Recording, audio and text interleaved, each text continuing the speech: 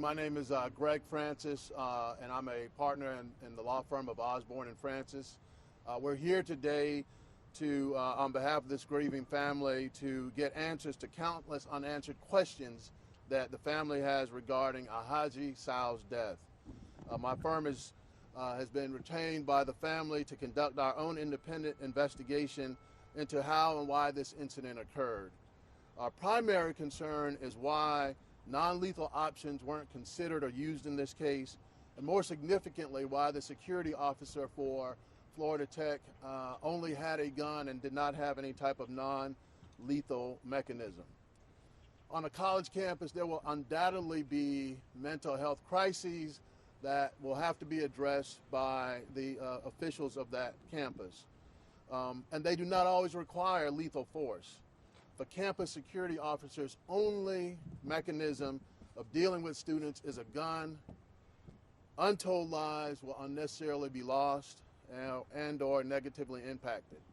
We're also investigating the crisis management training required of the Melbourne police officers, Melbourne Police Force, and if such mandate requires Florida Tech to also have that type of training and to implement it. And if there was crisis management training, whether that was implemented, whether those steps were followed, whether the use of force matrix was followed in dealing with Alhaji and his mental health crisis.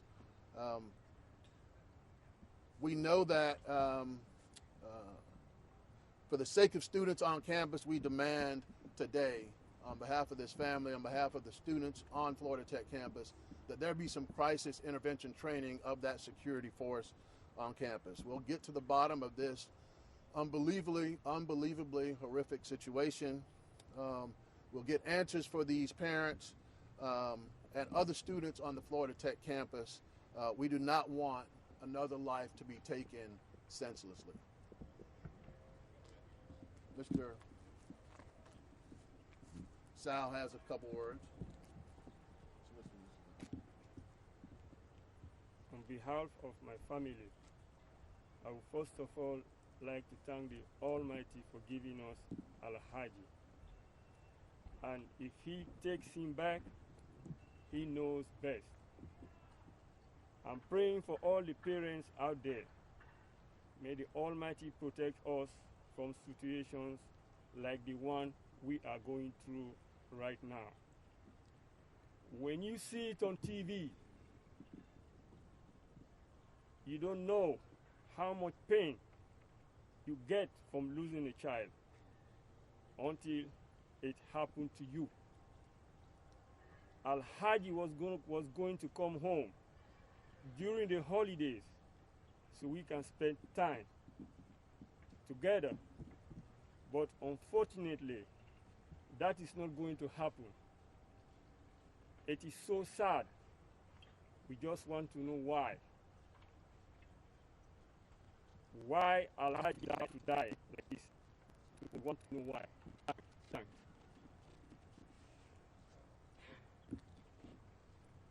Sure, I'll take any questions. Do we have any idea as to what prompted this student to do it? No, this is that we're still in the preliminary stages of this investigation.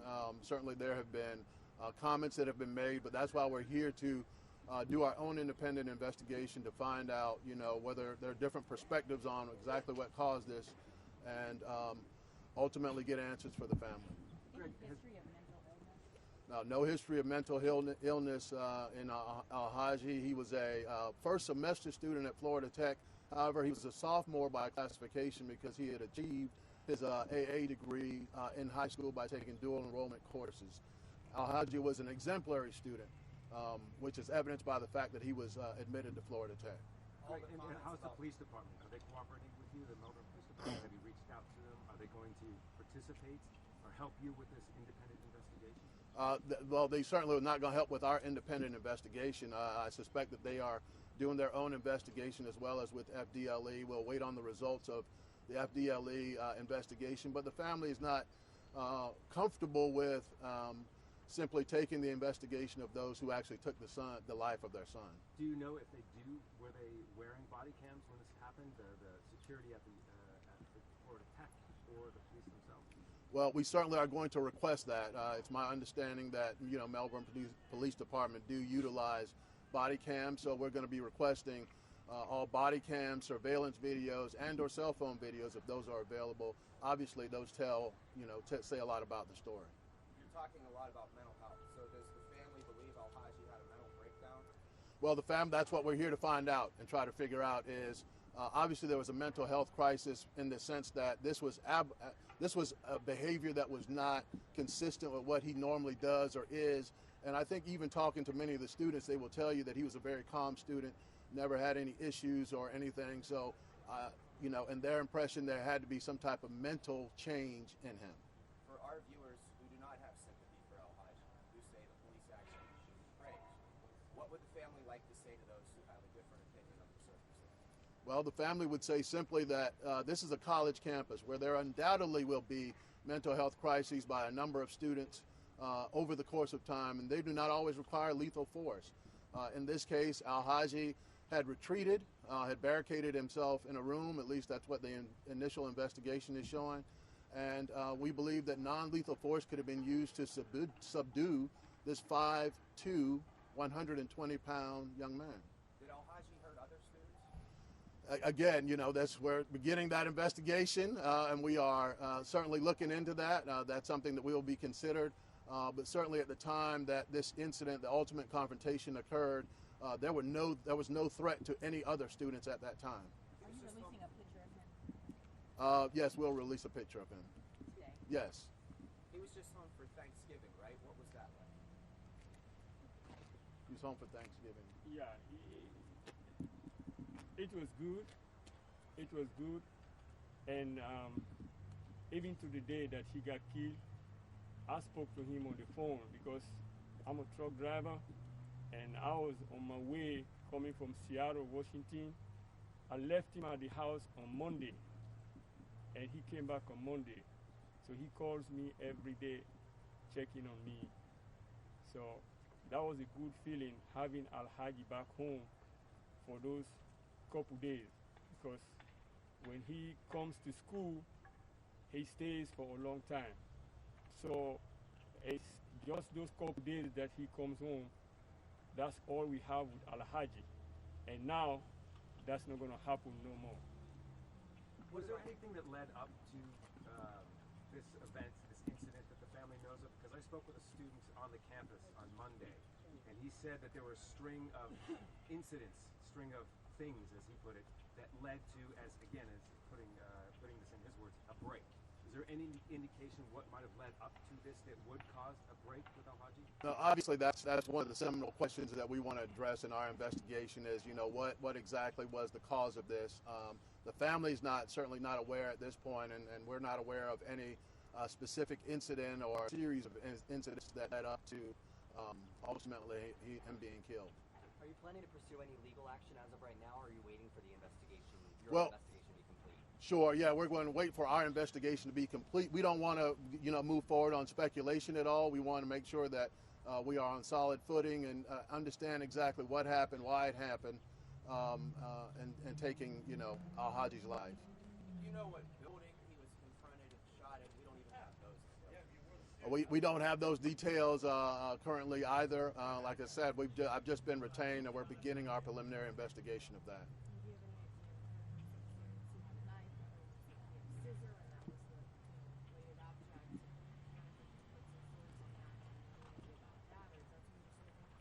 Right, certainly that's something that we're investigating, looking for to find out exactly what happened, how it happened. We'll be with our own investigators also interviewing students as they agree to be interviewed, so that we can get to the bottom of this. We don't know exactly what happened. And again, you say there was no signs of mental peril, any issues with a roommate, any issues with classes, nothing like that? There were no issues that the family was aware of in terms of cousin's mental break. But again, that's why they've hired us to do that investigation and try to figure all that out. What did Alhaji want to do with his future? He was trying to do cybersecurity. What attracted He got accepted from Georgia Tech, but they did not have a space for him until next year. So they told him to go somewhere for his first year and then go back to Georgia Tech. So that was his choice. And I trusted his choice, and then I let him come to Florida Tech. Are you going to visit the campus today? Have you already been there since you've been in town? The family will not be visiting Florida Tech today. We have retrieved his belongings from the school, but they've asked him not to come back or not to come on campus. The family not to come on campus. How do you feel about that? Well, I think it's a little insensitive, given the situation. I would think that they would have been a little more amenable to allowing the family to have some closure, but they have their processes that they are following, and that's why there's an independent investigation. Why did they cite that? Why did they say they couldn't come on campus? Was it security? Was it privacy? Why did they say no? There was no specific reason given why they weren't allowed on campus, but we were contacted by legal representatives for the institution that indicated that they would like to ensure that the family's not going to be on campus at all. How did you know? Was he getting grades? Was he having trouble with his grades, or any particular course that would have been trouble for him? Or? Right. No, not that the family's aware of. As I said, he's a very exemplary student, and they anticipate that he would continue to do well at Florida Tech as well. And have you heard how many times police fired their weapons? That's still being investigated. There's an autopsy that has been performed or is being performed, but obviously we don't have the results of that autopsy yet. We don't know how many shots were fired and or who fired first or second or what. Some students were reporting between 5 and 15 shots fired. 5 and 15 shots for a young man who's 5'2", 120 pounds. I think that, that speaks for itself. Will you again ask that the family can go to the campus and maybe see the sites or whatever you need to do to get that closure? Given the request or the cease and desist by the campus or by the school in terms of not wanting the family to be there, they will not be attending the campus. In fact, will be returning back to Atlanta to prepare for the funeral for Alhaji. And did he attend the local mosque? Yes. Alhaji is well known by all the imams in Atlanta and even beyond Atlanta, because most of those imams, Alhaji is a student for most of those imams, because he's just not studying like his major, but he also studying the Quran. He knows how to read the Quran, and Alhaji knows what the Quran tells us and how to live our life. So most of the imams in Atlanta, in the Atlanta area, knows Alhaji. And where are you and your wife from originally? I'm from Sierra Leone, West Africa, and my wife is from Guinea, West Africa. Sir, what do you miss the most about your son? I mean, my son, he serves, Alhaji don't go nowhere. He stays home. Alhaji is an obedient child. Even, Alhaji is good. Even if you kill a fly, like when you kill a fly at the house, Alhaji will say, don't kill that fly. That fly have a life. That fly have a right to live. So when they told me about Alhaji, when the school called me about Alhaji, I was driving. And then I told them, that's not my son. I said, I know my son. That's not my son. Alhaji is not going to take a knife. But if Alhaji have a knife, something happened in that campus to make Alhaji carry a knife. If Alhaji had a knife, that's exactly what I told the school.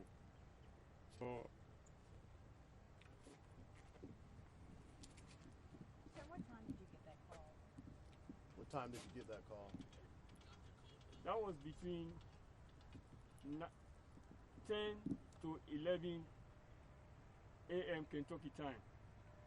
So that's maybe like 12, between 11 and 12 you guys time. So it was after midnight? No, a.m. A.M. in the morning. Saturday. Yeah. Right. Yeah. Right. Saturday morning. Saturday morning. So Almost 12 hours after this. exactly. Right. Exactly. Did they explain why the time differential and, you know, taking that much time to find out what happened, or at least get that identification? No. There's been no explanation as to why there was, you know, any delay in terms of informing the family. You know, again, you know, all of these are things that we, you know, are going to look into in this investigation.